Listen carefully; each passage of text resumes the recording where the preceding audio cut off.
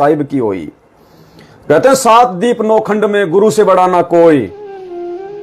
7 दीप 9 खंड में तो सब जीव है, तो गुरु से बड़ा ना कोई। तो गुरु जी कौन हुए फिर? जीव है क्या? ये पीव है, पीव परमात्मा। हरि सेवा युग 4 है, गुरु सेवा पल 1।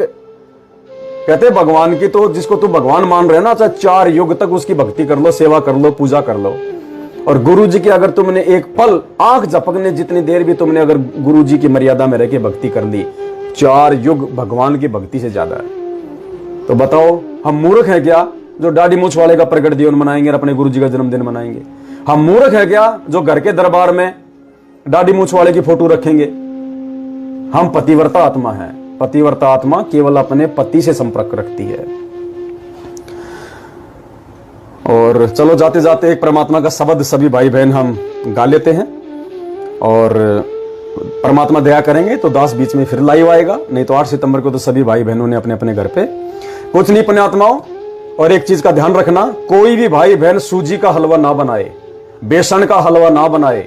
और पुण्यात्माओं कोशिश करना हलवे में काजू किशमिश कुछ नहीं डालना, सिर्फ आटे का हलवा होना चाहिए। सतलोक आश्रम बरवाड़ा में या गुरुजी जहां जहां भी भोग लगाते थे या जो पाठ होता था, केवल आटे का हलवा बनता है। ये सूजी का हलवा बना देते हैं बहुत सारे भगत भाई, उसमें आटा और सूजी मिक्स कर देते हैं, उसमें काजू डाल देंगे, उसमें किशमिश डाल देंगे। पुण्यात्माओं हाथ जोड़ के प्रार्थना है, दास बार बार नहीं बोलता ये बात, एक बार बोल देता है, कोई मान जाए तो ठीक है, नहीं माने तो ठीक है।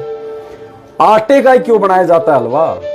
गुरुजी क्या सूजी का नहीं बनवा सकते थे? आश्रम में बेसन का नहीं बनवा सकते थे क्या? गुरुजी के पास में कोई कमी थी? काजू किशमिश नहीं डलवा सकते थे? केवल आटा, देसी घी और मीठा, जो भी चीनी वगैरह जो भी थी, आटे का क्यों बनवाते हैं परमात्मा? ये विधान है परमात्मा का। क्योंकि पुण्यात्मा जो गेहूं होता है, गेहूं पूरी सृष्टि में मुख्य अन्न में आता है, मुख्य अन्न है गेहूं। तीनों लोकों के प्राणी गेहूं खाते हैं। रोटी जो होती है जो गेहूं की, तीनों लोकों के प्राणी खाते हैं, तीनों लोकों के प्राणी। अरे बाजरा भी अन्न है, लेकिन बाजरा क्या केरल वाले खाते हैं? 3 लोग तो छोड़ो, राजस्थान उत्तर प्रदेश हरियाणा में जो बाजरा होता है क्या बोलते हैं, वो केरल वाले क्या बाजरे की रोटी खाते हैं? नहीं खाते। मक्का कहां होती है? पंजाब में, वो भी तो एक अन्न है। पंजाब के लोग बड़ी शौक से मक्के दी रोटी ते सरसों का साग खाते हैं, मक्का खाते हैं ना। अब बताओ चेन्नई वाले कहां मक्का खाते हैं? वो मक्का खा लेंगे 3 दिन तक उनकी लैट्रिन नहीं उतरेगी। तो पुण्यात्माओं, लेकिन गेहूं सब खाएंगे। गेहूं साउथ इंडिया में भी खाएंगे, नॉर्थ इंडिया में खाएंगे, उत्तर में खाएंगे, पश्चिम में खाएंगे, पाकिस्तान खाएगा, हिंदुस्तान खाएगा, अमेरिका खाएगा, हर देश का कोना कोना, हर देश का व्यक्ति गेहूं खाएगा। तीनों लोकों में गेहूं चलता है, तीनों लोकों में आटा चलता है। इसलिए पुण्यात्माओं जो गेहूं जो होता है वो मुख्य अन्न में होता है। बाकी तो सभी अन्न है, लेकिन मुख्य अन्न है गेहूं। इसलिए पूर्ण परमेश्वर को आटे का हलवा राम का भोग लगाया जाता है। तो इस चीज का भाई बहन ध्यान रखें। जिसको आज से पहले नहीं पता था वो गुरुदेव से क्षमा याचना करें। आगे से यदि जानबूझ के पता होने के बाद यदि आप ये सूजी वूजी का बनाओगे, मिक्स करोगे, उसमें काजू किशमिश डालोगे, देखो फिर परमात्मा फिर नाराज होता है। तो ये दास की हाथ जोड़ के एक विनती है।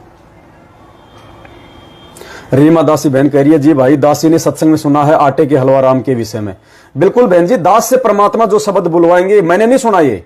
दास अपने अपने गुरु जी की सौगंध खा के कहता है, मैंने ये नहीं सुना परमात्मा के सत्संग में कि भाई आटे का ही बनाना है। लेकिन परमात्मा अंदर से अपने भगत से जब कोई बात बुलवाता है तो प्रेरणा करता है। शब्द निवास आकाशवाणी यो सतगुरु का रूप है। भक्ति मार्ग से संबंधित आपके अंदर जो एक सत प्रेरणा उठती है, परमात्मा कहते हैं वो परमात्मा का रूप है, उनका आदेश होता हो। तो दास को तो परमात्मा अपनी प्रेरणाओं के हिसाब से, अपने आशीर्वाद के हिसाब से चलाते हैं। इसलिए दास कहता है कि जो भी शब्द इस कुत्ते के मुख से निकल जाता है ना, वो परमात्मा बुलवाते हैं। परमात्मा मेरे शब्द मत समझ लेना आप उनको। और यही गलती करके लोग साथ संगति से दूर हट रहे हैं, यही गलती करके लोग साथ संगति से दूर हट रहे हैं। बाकी आज के लाइव वीडियो में यदि इस कुत्ते से किसी भी भाई बहन को मन कर्म वचन से कोई चोट लगी हो तो दास बिल्कुल हाथ जोड़ के क्षमा प्रार्थी है। कान पकड़ता है, उस आत्मा के पैर पकड़ के दास समायाचना मांगता है। यदि मेरे किसी भी शब्द से किसी को कोई चोट पहुंची हो तो, क्योंकि मेरा मकसद किसी को चोट पहुंचाने का नहीं है, ना हुआ ना होगा। मेरा मकसद है सच को सच बताने का। और पुण्यात्माओं, दास की ड्यूटी परमात्मा ने लगाई है। दास